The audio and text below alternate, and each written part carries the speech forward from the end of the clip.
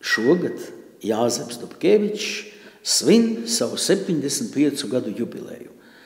Viņa darba mūžs ir veltīts Krāslavas novada ļaudīm.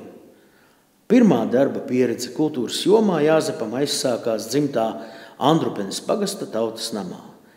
Jau vairāk nekā 50 gadus Jāzeps ir Krāslavas novada kultūras dzīves daļa. Cilvēks ar sirdi, dvēseli un neizsīkstošu deksmi. Jāzeps savā darbā iemieso īstenu kultūras cilvēka būtību.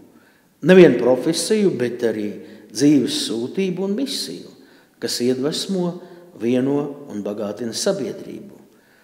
Viņš ir organizējis daudzus nozīmīgus pasākumus, rūpējies par Krāslavas novada māksliniecisko kolektīvu ikdienu un svētkiem, veicot apjomīgu, emocionāli sarežģītu un bieži vien neredzamu darbu.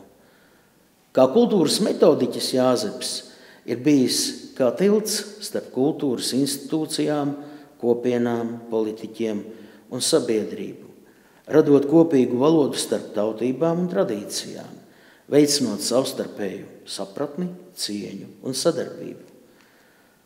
Gadu gaitā Jāzeps aktīvi strādājis Krāslavas novada sadraudzības partneru saišu stiprināšanai. Viņa iniciatīva, profesionalitāte ir vainagojusies ar ilgstošu un auglīgu sadarbību kultūras, izglītības un sabiedriskajās dzīves jomās, kuras būtiski paplašinājušas novada atpazīstamību starptautiskajā mērogā.